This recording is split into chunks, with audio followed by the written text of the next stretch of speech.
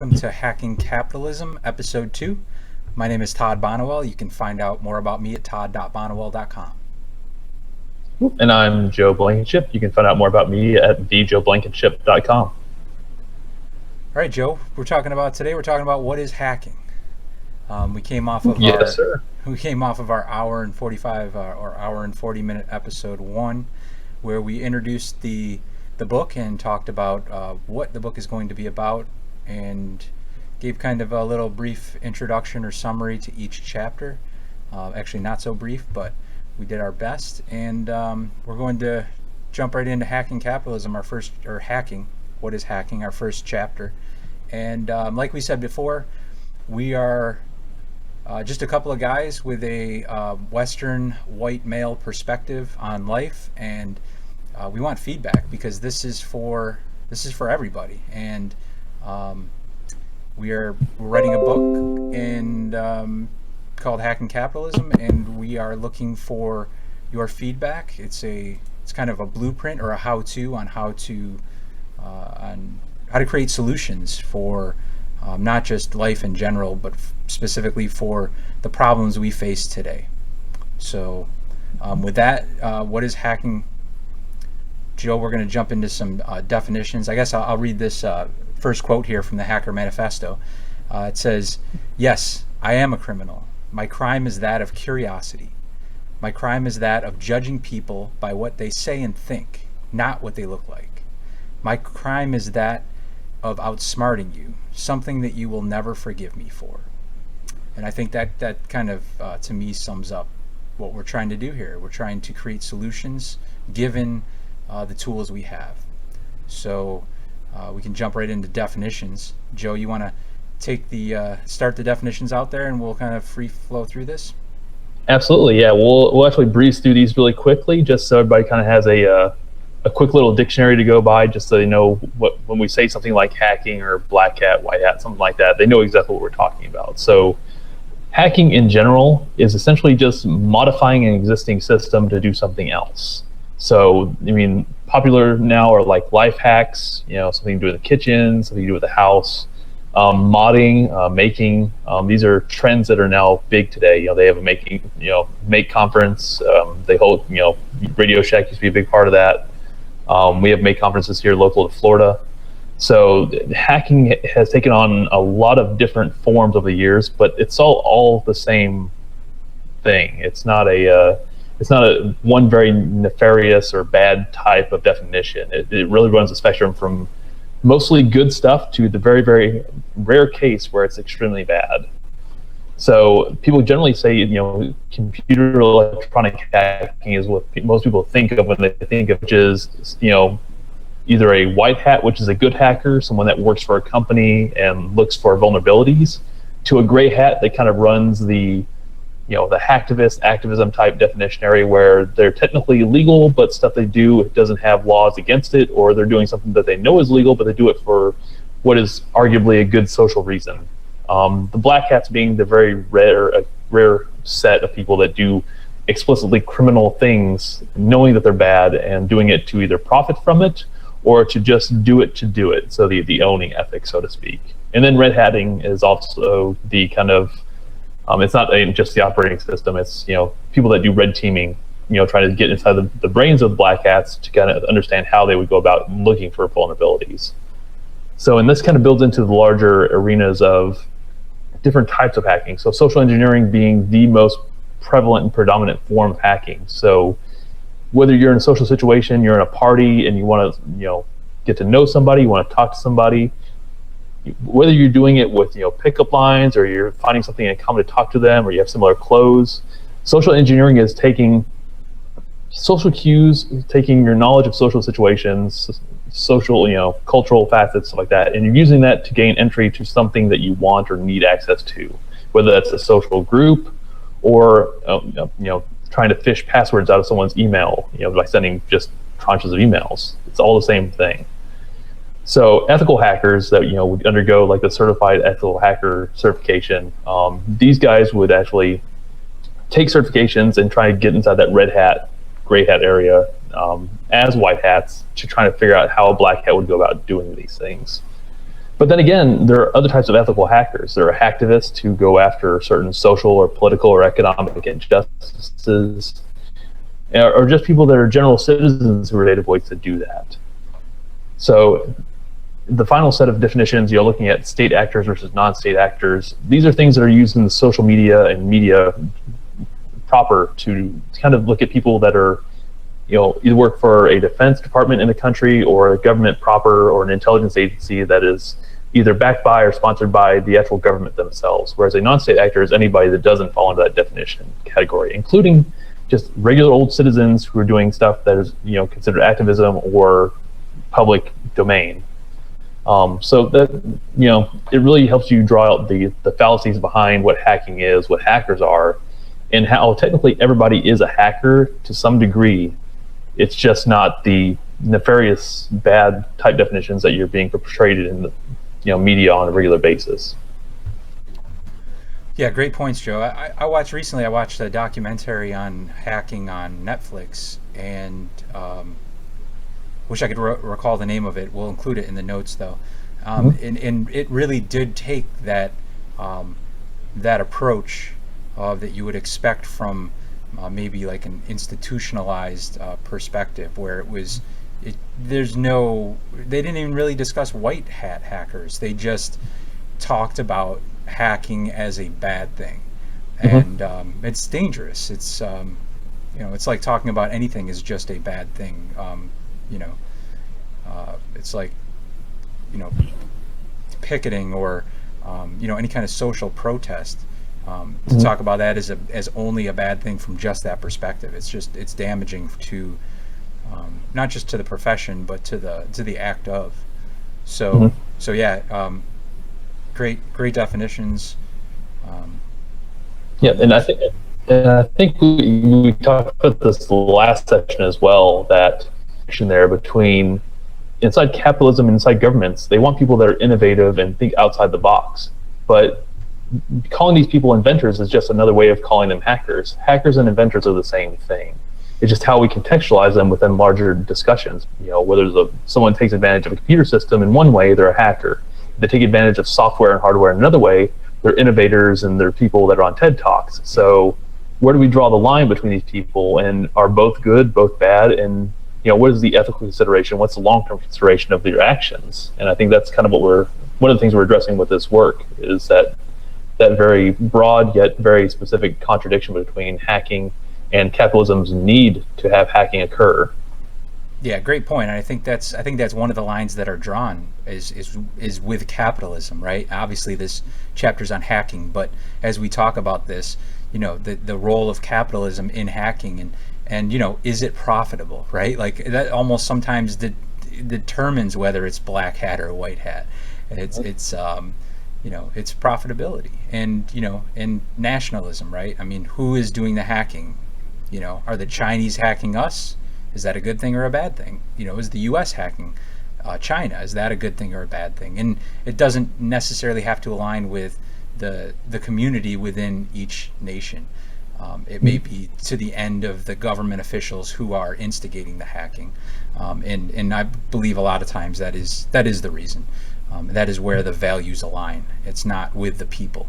So that's it. And again, that's what we're talking about here. We're talking about hacking in terms of how it's useful. What role does it play in within this book, but in society as a whole, to kind of set the stage for the blueprint for what this is going to look like. So that when we say hacking capitalism, and when you carry that message forward with us and say hacking capitalism, we know right away, we know how to defend these traditional arguments of, oh, you're talking about hacking, you're talking about something illegal, I don't want to talk about that. You can quickly dismiss that as a populist view, or as in more of an older type mentality.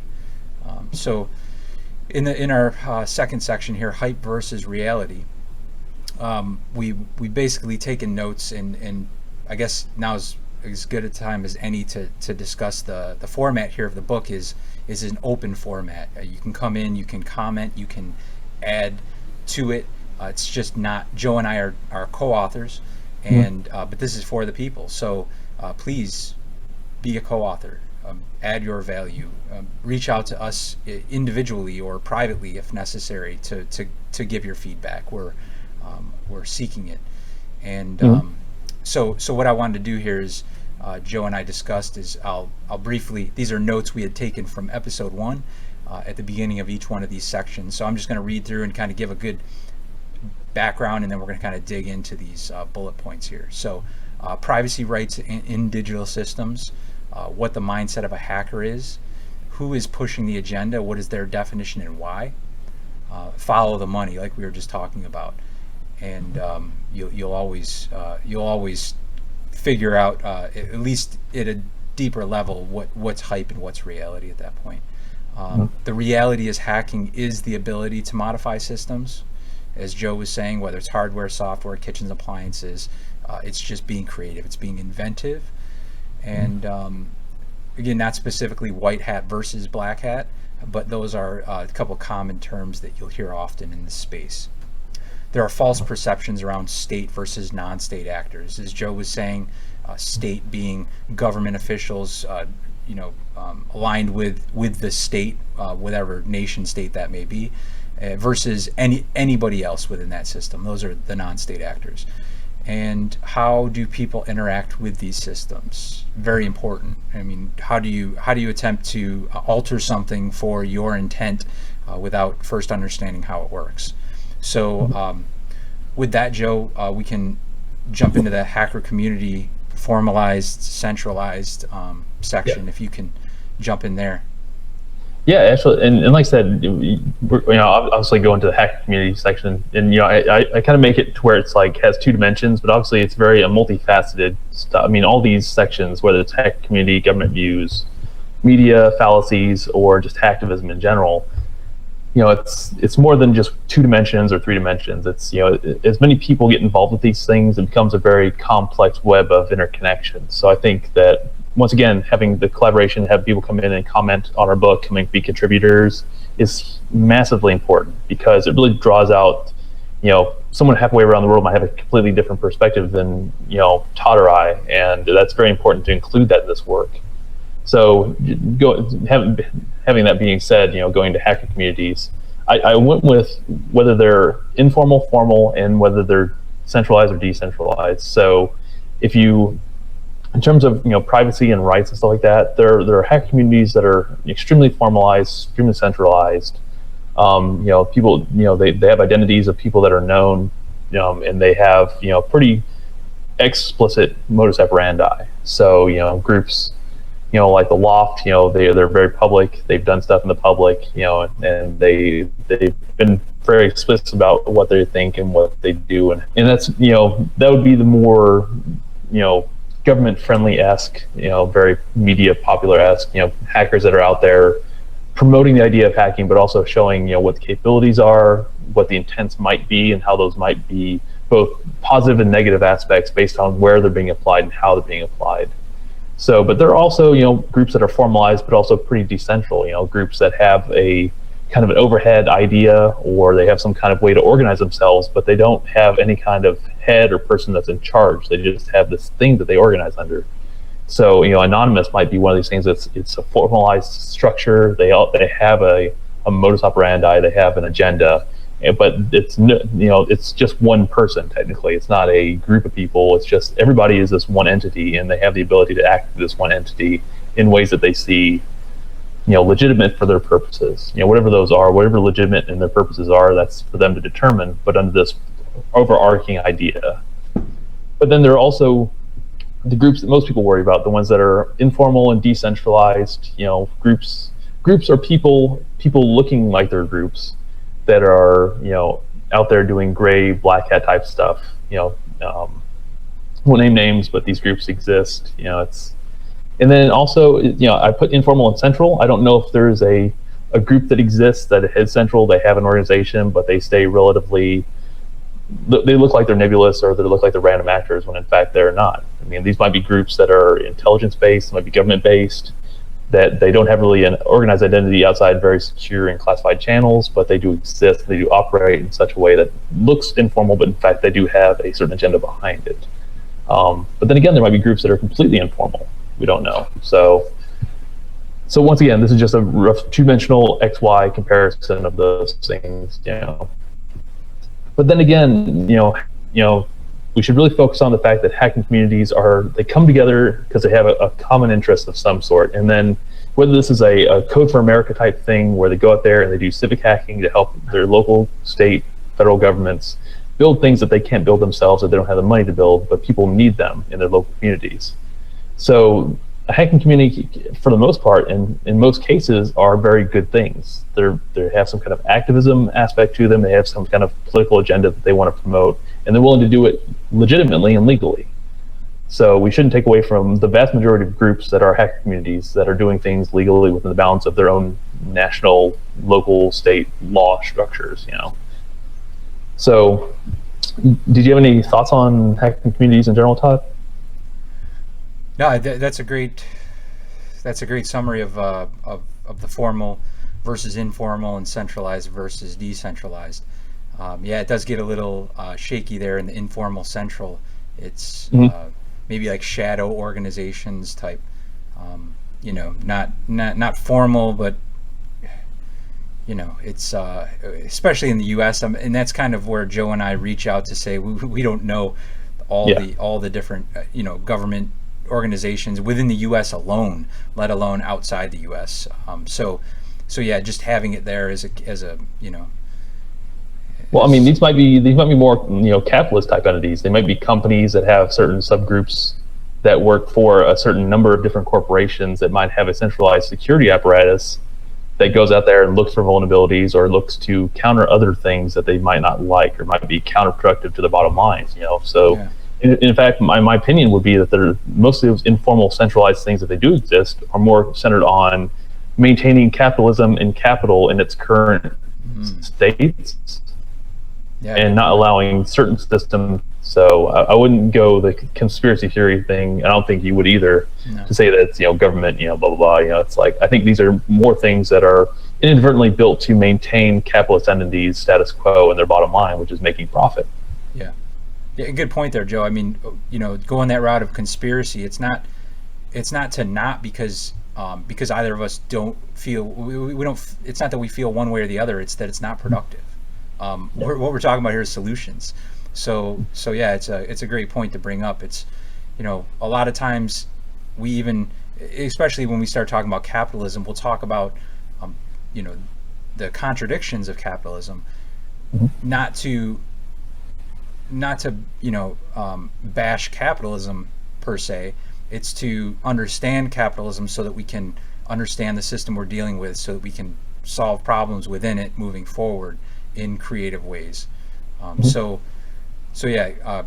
Very, very important point to make there. Yeah, and I think as we go on to the next one, government views, which I'll probably do very quickly. I mean, it's also this, not just defining them and looking at the different quadrants of perceptions, but also looking at whether it's the military industrial complex, the NSA, whether agencies that on certain blogs, the government needs to have some kind of polarized or something. They need categories, because governments often move very slowly, so they need very exact things to work on because they're generally tax funded. They involve legislative purview, and in order for them to make any kind of action accurately, they need to have a very explicit list of things. They just can't have, here's a pot of money, do whatever you want. They're technically, responsible to the taxpayer and to the government itself to make sure that these things happen within a certain framework and that everything is explicit. How hackers are perceived by governments, it's usually a very polarized view. It's usually like an us versus them, a black-white. There's very little gray area there, which makes it very difficult for hacker communities that really span that gamut between black and white to really, relate to the government that the vast majority of these organizations are white hat groups. So, and I think, if you can move on to popular media is probably the most guilty party in terms of portraying hackers, in terms of just getting news spin, getting advertisements like that, as these anonymous lone wolf actors that are usually, going after people's private data, and people that are trying to essentially do damage to the individual themselves, because that's who they're pandering to, is their the news agency, when they're talking to one person or a group of people specifically and saying you're at risk, and it automatically sets up this perception of, black hat hackers, are coming there. Every hacker is a black hat. Every black hat is dangerous, and that we should go after these people. So, and every so often, like I'm sure with the documentary you watched, there's independent contracting companies that are popping up overnight, essentially, who are essentially mercs with keyboards. They're paid a ton of money by the government or by capitalist entities, companies, to go after not just vulnerabilities, but to create offensive structures that go after, black hats or hackers in general, whether they're a hacker that just happens to find a 0-day bug and wants to report it. Sometimes those guys or girls or whoever reports it, they will get reported as a black hat hacker, which is not a very good precedent to set when you're trying to promote civic involvement and the reduction of personal loss based on black hat hackers, which are really the outlier in the hacker spectrum. So, and like I said, much money inside popular media. I mean, whether it's from governments, finance centers, whatever, the popular, especially news agencies, they have this, they have a responsibility to the person they're reporting that's accurate news, but it's also, they need to sell it, so they're competing against other news agencies, so they have to sell that airtime. So it's there, once again, it's a contradiction within a contradiction in terms of, this yellow journalism versus, what is actually occurring inside hacking communities and what hacking actually is. And I think that really draws out the final part, or one of the final points here, is that the fallacy of state and non-state actors. Most people online are non-state actors. Almost all these non-state actors are not out to hurt anybody, even if they're looking at websites and looking at the source code for the website and they're saying, oh, there's a JavaScript vulnerability here. A very, very small portion of people are online to pose any threat based on that. So, like I said, hackers have been seen, carte blanche, whether the white, gray, black, red, doesn't matter. They've been seen as a threat. Even ones that have spoken out, especially ones that have spoken out against government capitalist discretions that have hurt the average person. Even if, they're pointing out contradictions or they're pointing out very specific things that happen to people, whether it's somebody that finds that a pharmaceutical company has been overcharging stuff, or they've found out that a nonprofit has been keeping more than 50% for just their overhead, and very little has been going to aid relief efforts. If it's a good thing or a bad thing, generally the good doesn't get reported, the bad thing almost always gets reported, and usually when it's a hacking event that gets reported that's bad, it's usually always portrayed to the worst case scenario, and it's almost blanket labels hacking as a bad thing. So, which I really think is bad, because in terms of activism, everybody's a hacktivist. Everybody has the opportunity to go online and go on social media and post something. It's easy as that to speak out and let people hear your voice, even if you don't think you're doing a lot. That adds up. So media creates content is a potential resource for activism, but also a potential threat. It also runs that gamut of whether it's a capitalist or government entity or some other entity online or in regular space. We got to keep in mind that the governments will protect themselves at all costs, and that they're always looking out. Well, I wouldn't say always, but most of the time they're looking out for economic entities that are essentially built into the capitalist structures. It's like government and capitalism, they need to work together, because they're always trying to hide the crisis, and anybody that tries to point that out are either portrayed as scapegoats or the threat themselves. It's to kind of defer the fact that we have problems with capitalism. We have problems with governments that support capitalism and not the needs of the people themselves. So it's, once again, it's very important when we're looking at hype versus reality that we start digging into what people mean by what they say. So if a news agency says hackers are doing this, well, who are we defining as a hacker? What was the action that was taken? Was it really that bad? Is it more the fault of the people holding the data? Because generally, more often than not, it actually is. It's, the hacker finds a vulnerability, exploits it. Yeah, that person's a criminal. But the vast majority of hackers are not that kind of hacker. Most hackers, if they do find that kind of thing, they will report it, and they'll be very responsible about that, because most of these people are developers or special technologists that have training to do these kind of things, and generally they're very responsible about these things. Yeah, and they understand the ramifications of it more than anything. Yeah, they understand the damage that can be done. Yeah, and usually it's developers helping out other developers, stuff like that, and then you know if one thing gets on Hacker News, it becomes a major issue. So I think we really need to be attentive when we're talking about the high reality of things. That we really need to take it. Let's get the 5 Ws out here and let's look at what's actually occurring in this incident. And was a hacker really the root cause, or was hacking just on the periphery of this larger problem? Yeah, great points, Joe. It's really getting down to what it means to be a hacker, right? It's and where these other organizations come into play. And it's important to remember that, as we said earlier, follow the money.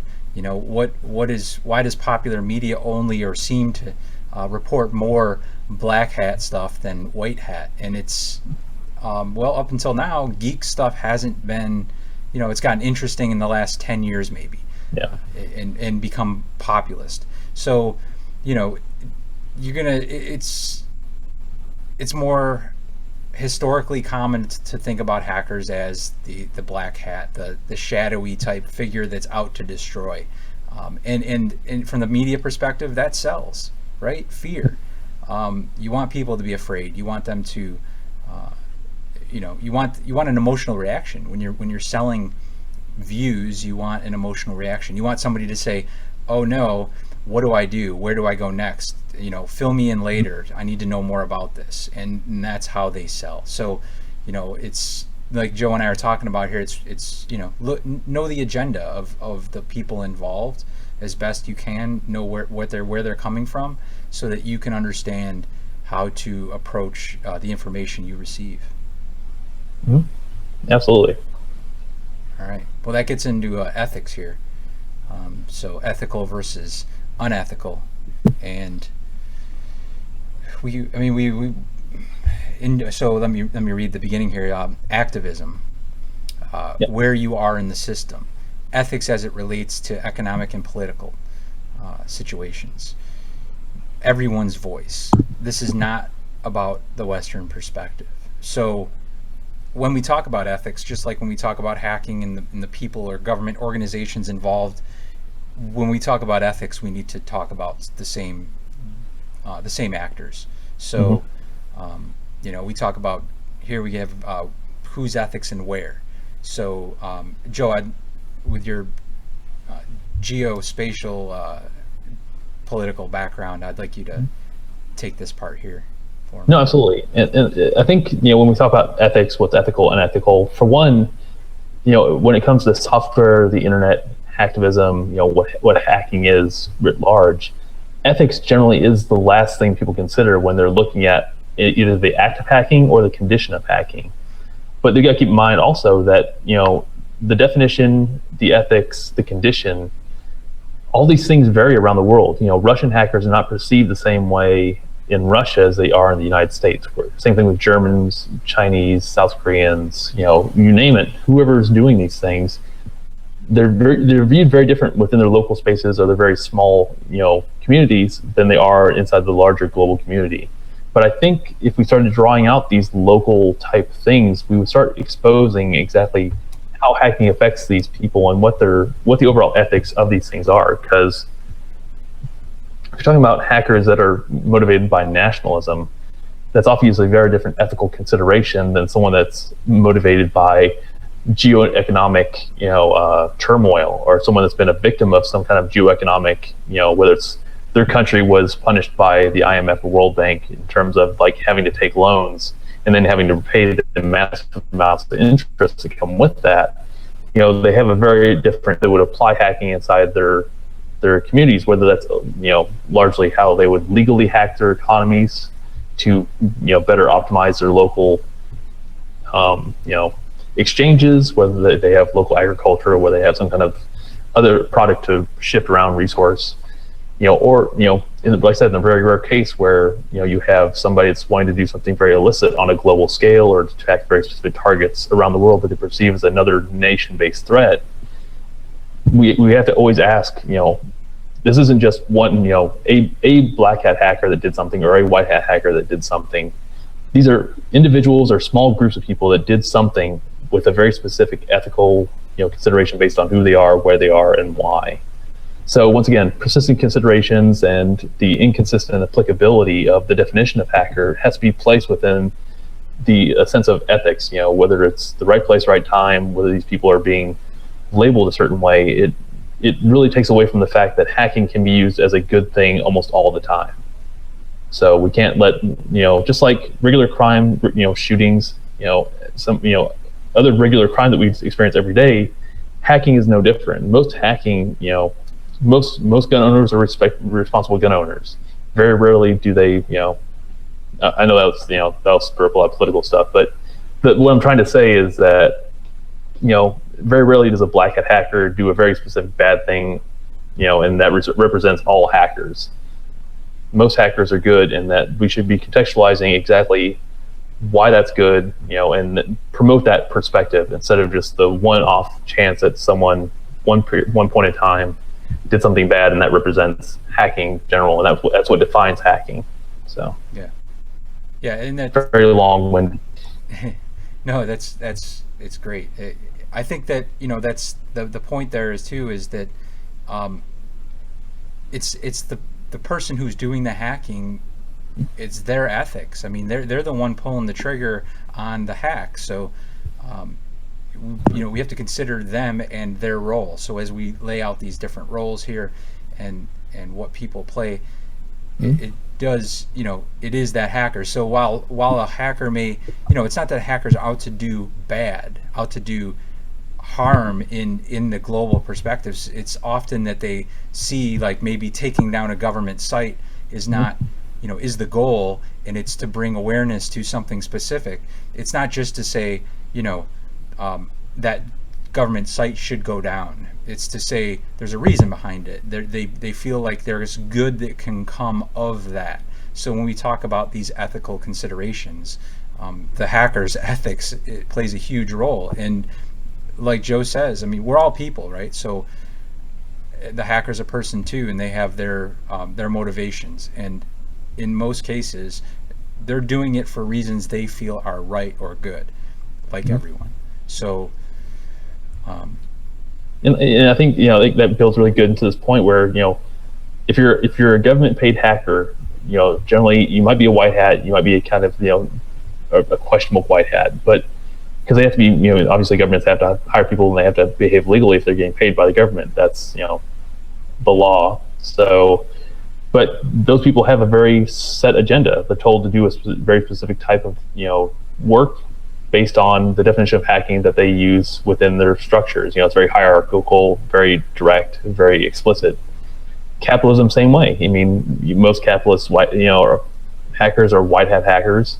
But I mean, there is corporate espionage that does happen. There are, intelligence gathering, stuff like that. These hackers that work for capitalist entities, they have their very set agenda. It is also hierarchical, very centralized, and very explicit in terms of what they're supposed to do. In both the government and capitalist entities, they need, it's all about knowledge and power and control. So hacking is used inside those contexts to garner those things, knowledge, power, and control, which ultimately leaves the people, from having any kind of agenda. It's, destruction of public education. So, hacking is bad. So kids aren't taught that hacking and invention are the same thing. So young boys and girls who are getting into coding, they're taught a very specific type of coding instead of thinking, oh, well, instead of just making lists and arrays and matrices and stuff like this, well, how can I use this in the real world to do good stuff? How can I make this fun? How can I make this a community building activity? Same thing with facility for community organization. We're just now getting to the point of having a very digitally active community organization efforts, whether it's based on social media organization or whether it's based on people building out websites that are built specifically for community organization. The proliferation of web apps has exploded, and that's given both education and community-based efforts massive leverage to actually promote an agenda and actually have an ethical consideration for their standings in the world, whether it's political, economic, or social. So, but we have to be sensitive to whether or not people are being restricted in terms of involvement and their purview in terms of what the governments are doing and what the capitalists are doing, what companies in general, because I mean, in the U.S., capitalist entities are seen as individuals; they have rights. Around the world, that's not the case in a lot of cases. A lot of people, some countries have more controlled economies, more companies have more restrictions on what companies can and can't do. So we have to be very sensitive to how all this stuff, their local spaces, local communities, and once again, it's persistent consideration, and it doesn't match up with the very inconsistent applicability of what hacking is in terms of, the governments always get the priority in this matter because the states have a very specific interest in protecting, not just protecting people, but also kind of controlling them in terms of keeping things going in the status quo. And most of that has to do with, political regimes, making sure that money is flowing in the right places in terms of, taxes for them, but also making sure that capitalism in general, globalization, a very neoliberal type of that, is perpetuated. Making sure that multinational corporations, transnational corporations keep their commodities and money flowing from point A to point B to C, D, etc. And it seems like the people always get the tertiary consideration, spot in terms of not only how hacking affects them, but how ethically they're placed in the hierarchy of things in terms of consideration and applicability. And that's why, the state support for capitalism, make sure that cycle perpetuates itself. Make sure that capitalism was always perpetuating that cycle, but it kind of uses people. It doesn't really include people because capitalism is about making profit and making sure that people are part of the profit-making thing, but only in terms of whether or not they make a wage that they can spend more money so that they perpetuate that cycle. So ultimately, people kind of see both their state rights and their time rights for some kind of semblance of freedom and security. But I mean, I think that's why hacking is such a threat and why it needs to be discussed in such terms, is that if you're not contextualizing the definition, the condition, how people can use it to empower themselves, you're really not giving them any kind of mechanism for freedom generation. It's capitalism that's really exploitative and really doesn't kind of give them their true value in terms of time and labor and things like that. So, I mean, like I said, the time is now to really start discussing these things, especially with the Europeans going through what they're going through. We've just gotten, we're still in the recovery point of a crisis period that's happened over the last 10 years. Mm-hmm. So, I mean, hacking is a big part of that, and we need to start dispelling this very negative, not just definition, but the ethical considerations of how people being hackers, being innovators, being inventors, is not just going to help us grow globally and grow in terms of producing our own values, but it's also going to connect us, in a very specific kind of way. And what way that is, we don't know yet, but that's what that's what Todd and I are doing with this book, is we're trying to ask the questions of how these things are going to grow and why. Yeah, and really that's, the point of attack there is to show the people, to me, I believe that again, most hackers are good. So I believe most hackers don't want to serve the state or their capital interests, the hackers' capital interests or the state's capital interests. They really want to serve the people. They want to serve themselves because they feel they are a representation of some of the people, and they're trying to push their agenda. And I think that, like Joe was saying, in terms of government, a lot of times these hackers don't even know what hacks they're actually pulling off, due to the next chapter, which is social engineering. If you social engineer something correctly, you can have several pieces, several pawns at work that know nothing of each other, yet they're all working in concert for your end. And if you set it up right, a social engineering hack is, to me, it's one of the most creative and just interesting hacks that there are. It's just different from the more, again, black hat type hack of, and it can be black. I mean, social engineering can be black hat, but more of the computer code type hacking, where you're trying to take advantage of some vulnerabilities within the architecture or of the system or software. And so with social engineering, you're manipulating people more than anything, and those people can include hackers. So let me, I guess, do a better intro for social engineering there and say, how are we being manipulated? We want to play the game with all the same tools being used by corporations. Again, corporations playing the capitalist type role in our example here. Human labor is all that matters or has value. And when we're talking about social engineering, I mean, if we're talking about using human resources, engineering human resources, it's really important to be cognizant of the value of human labor, and really that human labor is the only thing that has value. And I think we're definitely going to cover that in the next chapter when we talk about capitalism, because it's the driving force of the system. So carrying on there, the system, it's too exciting, Joe. This stuff is too exciting. It all overlaps. It's hard for us to break it out and make sense of this as a whole here. So we're looking forward to massaging it and making all this work with your feedback. So the system should be able to fulfill the demand regardless of participation. And again, that's more talking, that's just social engineering, but it's talking about our goal here. Freedom is the important thing. The media is feeding you information with an agenda behind it. You are being manipulated. It's so important to understand that. We are creating a toolkit to defend you against those attempting to manipulate you. Those attempting to use you in their social engineering attempts. Again, whether it being media or whether it being a black hat hacker who just, who's calling on you, the government employee, to get into the system, and you just having no idea that you're just being used. We're creating a tool. I got that already. So what is your value and how can you control it? So what we all do, but do not name.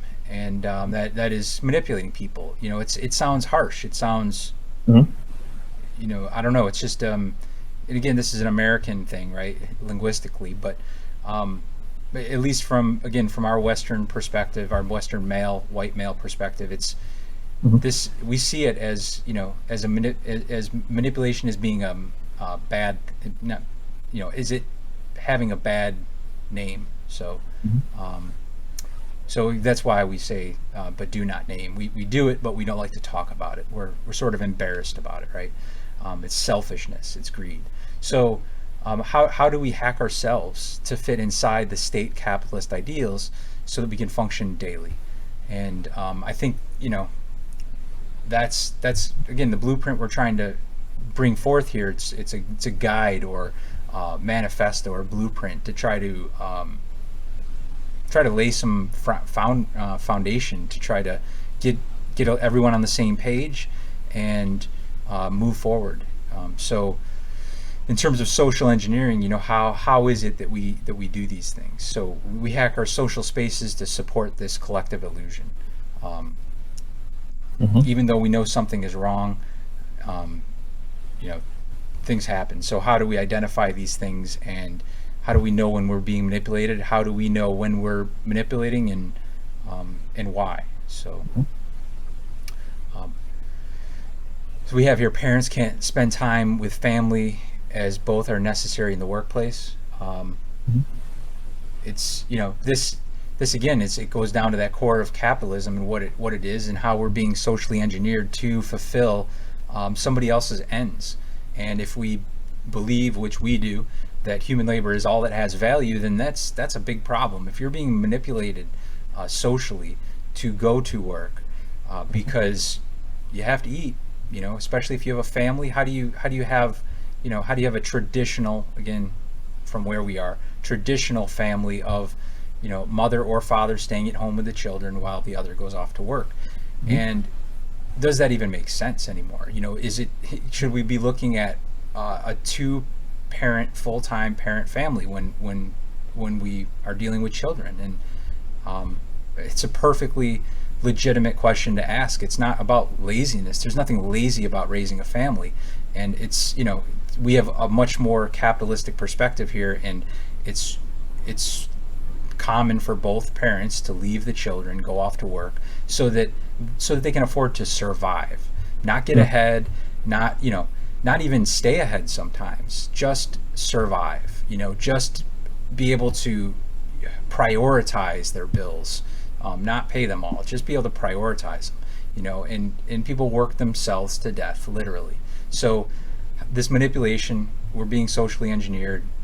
Women are still lacking equity. Racism is still used to divide and conquer the people. It's just also social engineering. So how, again, is social engineering bad? No, it's not. It's not bad. It's just like hacking. It's not bad. It is just a tool. Mm-hmm. We buy things because we don't need, because we're given that expectation.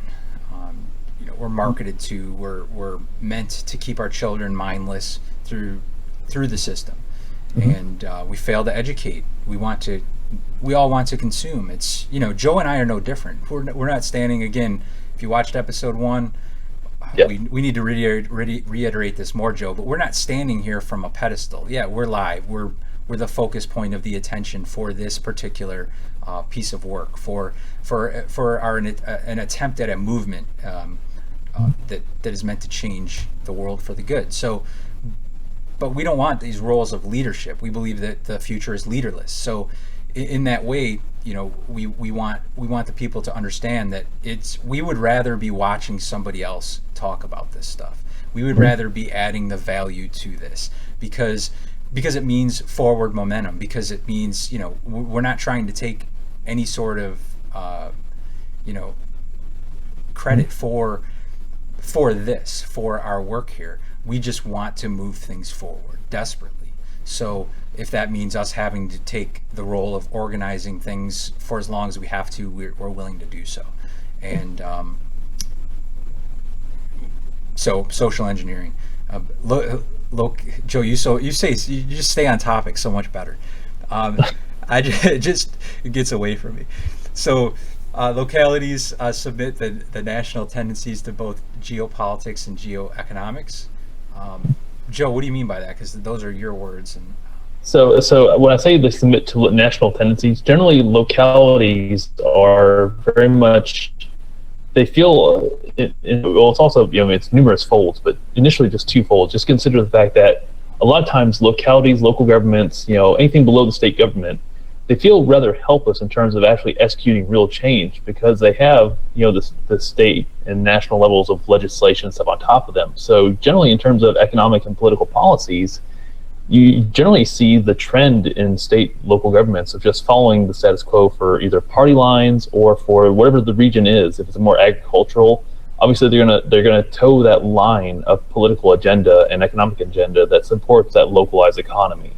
So, like I said, generally when it comes to social engineering and capitalism and hacking, it's local leaders, local political figures are always they're going to try and appeal to the population, A, because they want to maintain their jobs, but B, because they know that within those social spaces that they don't want to expose crisis by creating an overt issue of, hey, there might be alternatives, or we've been doing this wrong for decades, we need to fix this. It's more convenient for them to ignore the fact that there's a crisis and just say, well, this is a state and national issue, we're just kind of at the behest of it. So part of it is apathy, part of it is using that veil of submission based on higher rungs in that hierarchical ladder to say I can't do anything, which both are equally harmful but very different ways, and they manifest themselves very differently based on who's trying to approach them and change them.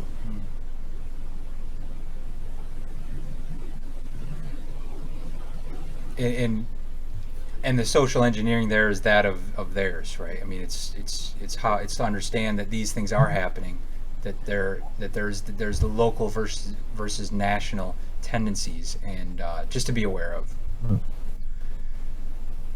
It's a process, because from the bottom up, like I said, they're saying, oh, we're helpless, but I also want to maintain a job. But from the top down perspective, it's like, oh, I can't make change because I've already got these things that are dominating it from the top.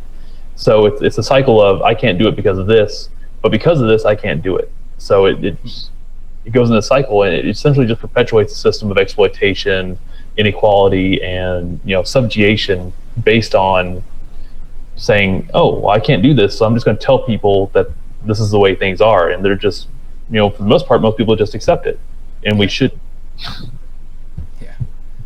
Yeah, which like you said, the next point here is the hacks are kept under control as many counter efforts remain centralized. We need to decentralize control to the people. So, um, so again, in those systems, the engineering. I mean, we're talking about systems that have been literally engineered Mm. from the ground up and pieced together through generations. It's not, capitalism, democracy. These things are not. There's no simple rule book that we can just turn a page and say, nope, there's the answer. That's what we should all be doing and move forward. So how do we identify these situations and deal with them in a way that can help everybody instead of, and that's what we mean when we say to decentralize. It's taking that off a central government or central authority, again, whether the people know it or not, and move that forward. And again, we're not trying to say, shame on these governments. It's to say that this is what they are doing. Now let's not talk about that. Let's not try to change that directly. Let's not try to, storm the Capitol or, or try to create referendums or legislation to change those things. We're stepping outside of the system, and it's so much easier. The perspective is clear out here, right? I mean, it's like being on planet Earth versus being, in orbit and being able to look down on the planet. It's just a completely different perspective. And it's, and again, you can take that and just keep pushing it, light years away. The point being, when we're sitting here, at my desk here having this conversation, this is the most important thing to me right now. When it's over, I have to think about my situation, my life, what issues I have going on. And when we concentrate on those perspectives and we all have our head down concentrating on our own stuff, this is what we get. We get the result that we see today. Instead of a higher perspective, whether it's even local, national, global level, we're trying to create this global solution here. And we're trying to include everyone because we understand that we need to decentralize it so nobody, including us, we're not biologically any different from anybody else. We all will fail you. If you give us power, we will. I don't want power. I won't take power because power means now I have to worry about my beast. The part in me that's like everybody else. The part in me that we see other people doing bad things and we go, how dare they? We can't say that. We have to assume that we would have done the same thing. We can't go back, so let's go forward. Let's talk about how not to let those things happen again. And one way for sure is eliminate this disproportionate power, And so when we say decentralize, again, that's what we're talking about. We're talking about decentralizing the control through hacking, through social engineering, through these methods. Yeah, and like I said, it's also it's about this project that we're doing right now. It's that we want this project, Hacking Capitalism, to be this formalized idea, but doesn't have a head. It's essentially a decentralized effort that's centered around this idea of hacking and making positive hacks for positive change in society, the world, and bringing people together. It's one of those things where we don't, as Todd said, we don't want to be the figureheads for anything. We just want to present ideas and have those ideas grow for everybody, and so they can come together as one by finding very specific applications of this very comprehensive framework that we're trying to garner and have people collaborate on. Yeah, absolutely, and create solutions around. Right? I mean, Yeah. that's the ultimate goal here. It's not to write a book. It's not to tell a story. It's not to jump on here and entertain people. It's to solve problems. It's to create solutions. And the way we see it is in this day and age. If I may take a little detour here, it's these problems we're trying to solve are, they're social problems, and we see as technologists, we see technology having the potential to solve a lot of problems, and we see that it's not, and we go, why? How can this technology exist and it not being used everywhere? Especially in third world countries, places where we can help people get on their feet. This bootstrap idea it's an old idea. It's been used to control people, to control the idea that it's puts it on the person. We're saying, please let us help you, let us support you. We want to be part of whatever you need to make that happen. We're not trying to serve ourselves first. We're trying to create this decentralized approach. So it's very solution oriented. Yeah, and I think I'll run with that and kind of tie all the rest of it together in saying that, I mean, we've been, a lot of people think hacking, they think technical, but you got to keep in mind that the biggest hacks and the hacks we've been dealing with for the longest times have been social engineering hacks. You look at the modern era, you look at the Renaissance, the Industrial Revolution, postmodernism, the 20th century in general, going from World War I to II to the Cold War. All the hacks that have been executed on people, by people, for people, they've all been, the biggest hacks have been social engineering hacks. Whether they're Red Scares or whether they're nationalist based, people, the thing that's being hacked is the mind. And that's the biggest thing that we need to change. So in terms of like social scale, if you want to, think globally, you need to act locally. Start with focusing on your kids' education. Start focusing with kids in general. Kids are dealing with not only the fact that they're being, their education system is being taken away from them. They're also having to deal with gender issues, racism, stuff like that. So, and these are all mental hacks. These are all things that they're having to deal with first before they get to the root of the matter, which is there are these systems above them that are exploiting them in very specific ways to get a very specific effect out. And it's usually to keep money flowing to different places, to keep certain political agendas in place, and to understanding the social scales of these effects. Understanding that you're one person and you're in a town. Well, maybe start there. You don't have to go and make this huge, grandiose change. You can make change right in your home. You can start living more effectively. You can start thinking more effectively. And just start realizing that, if you're over the age of 18, you're really working for every kid that's younger than you. Your job in life as an adult is to give any kid a better future than the one that you were handed when you turned 18. Yeah. And they have to be the ramifications, the alternatives. Not every community is going to be the same. Not every neighbor has the same concerns, whether that's at a local scale, national, regional, global, whatever. It all boils down to education. It's why we're doing this project, Hacking Capitalism, is all about education. It's about giving knowledge to people so they can empower themselves. And I think I'll let you run with gamification, because I think, Todd, you've made great points about how to gamify these things to get people involved. People that are either at the most risk, or the people that are the most apathetic towards making these changes, and how to get them involved.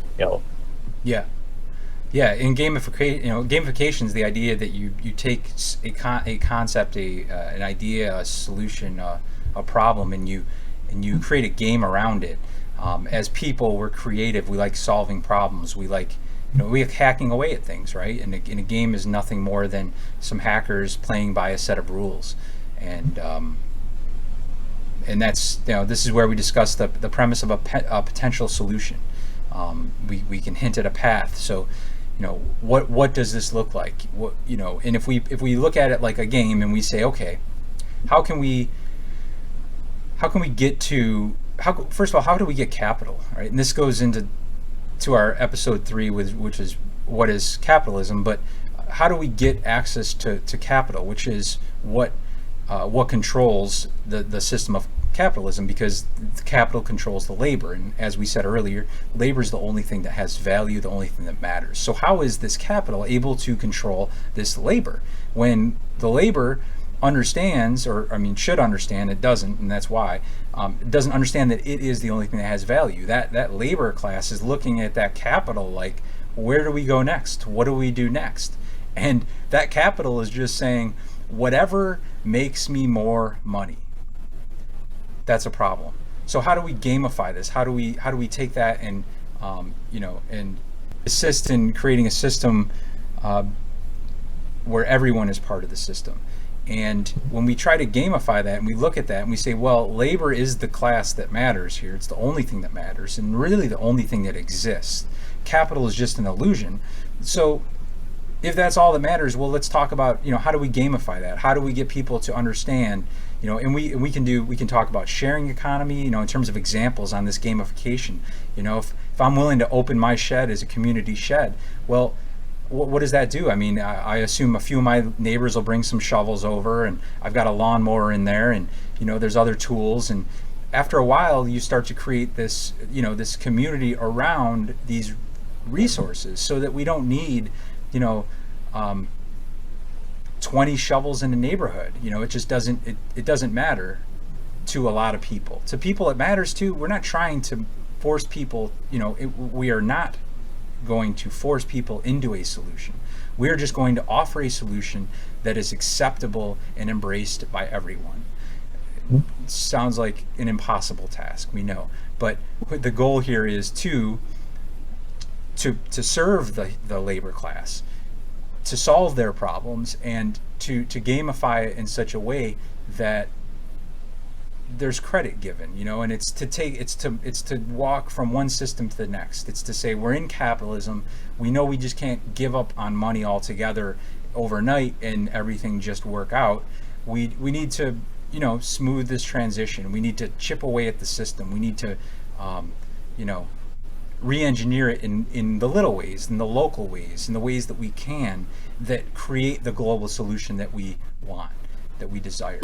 And so we're humans, not machines. We shouldn't be treated as machines or numbers. We should be treated with people with wants and needs, and we should know that if people aren't getting what they want and need, they're going to try to.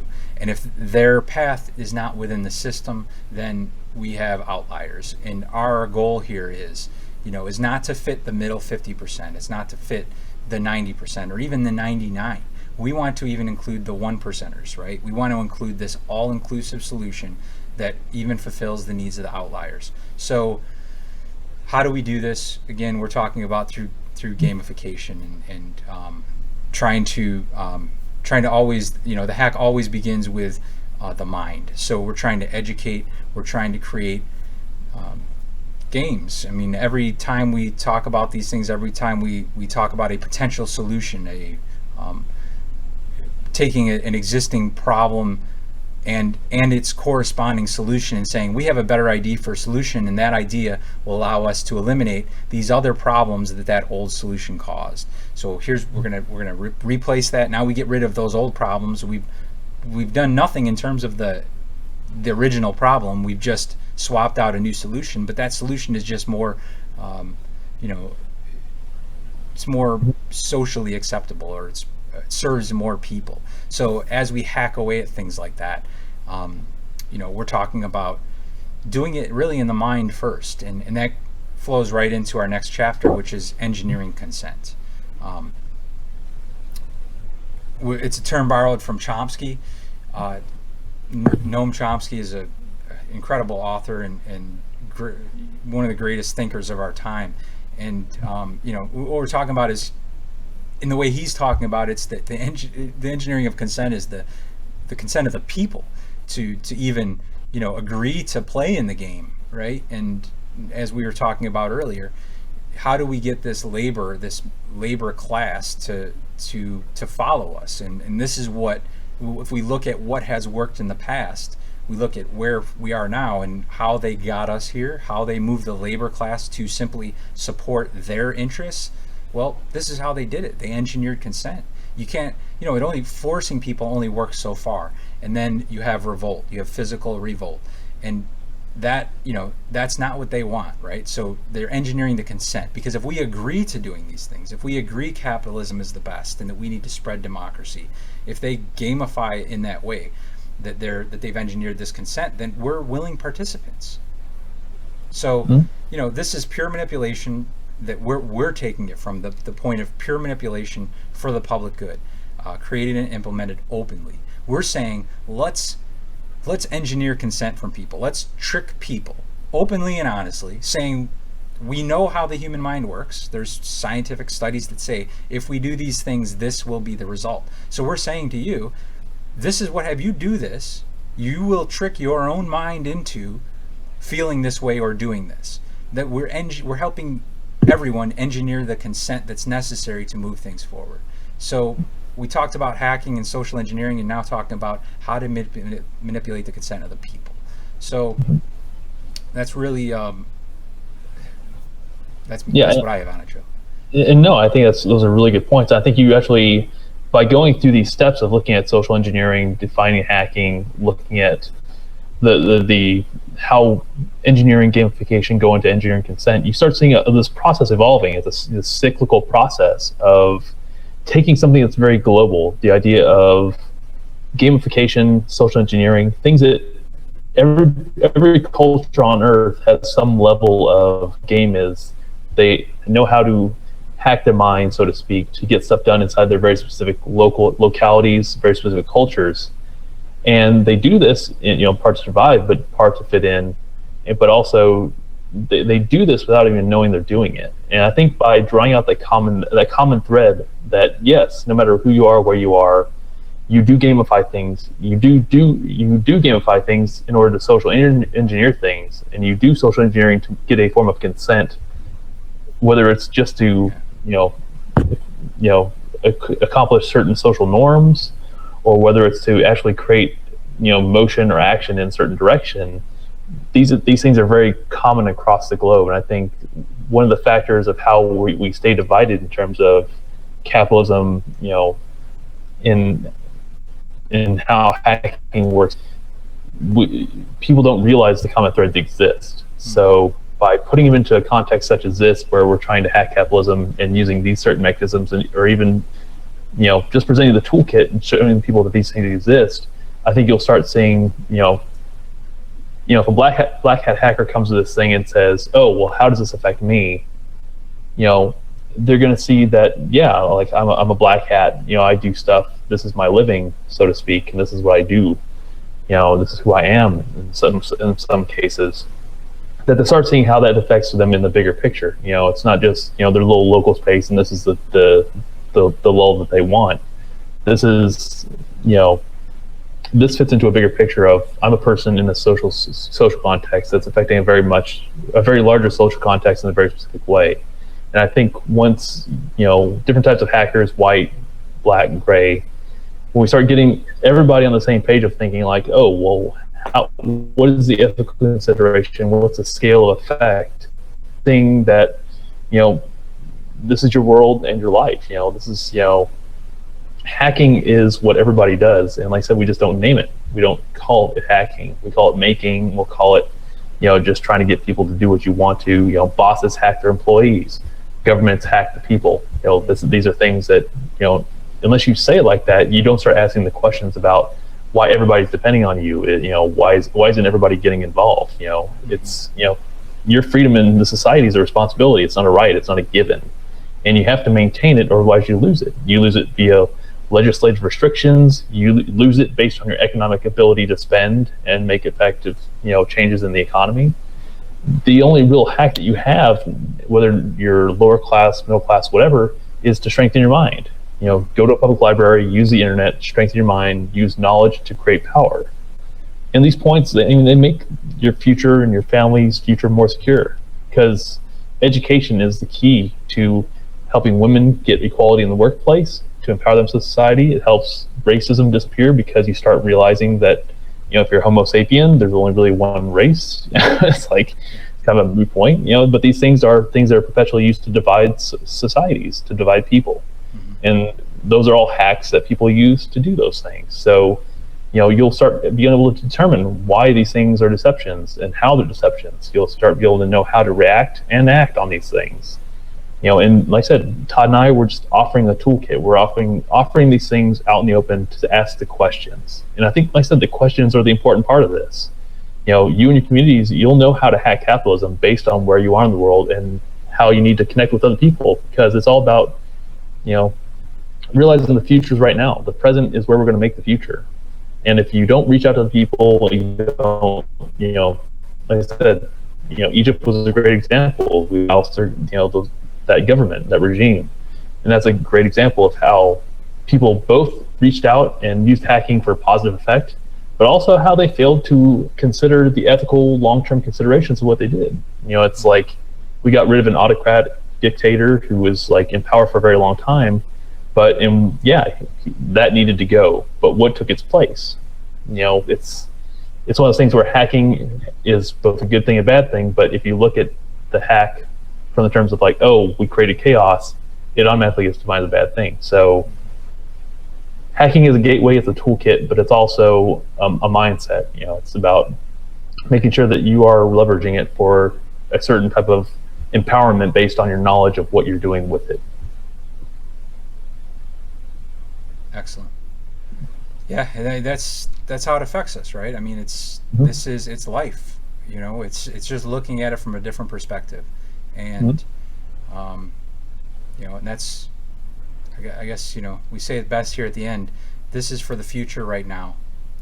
We're sure we're building this. It doesn't happen overnight, but all we have is the now. So if we're always pushing it forward in our now, then when we get to a later now, we'll have what we wanted. So it's not just to keep taking what we're given, and that's a big problem here in the West specifically, is that we are afforded a lot of things because they're taken from elsewhere, and again, I understand. It's not.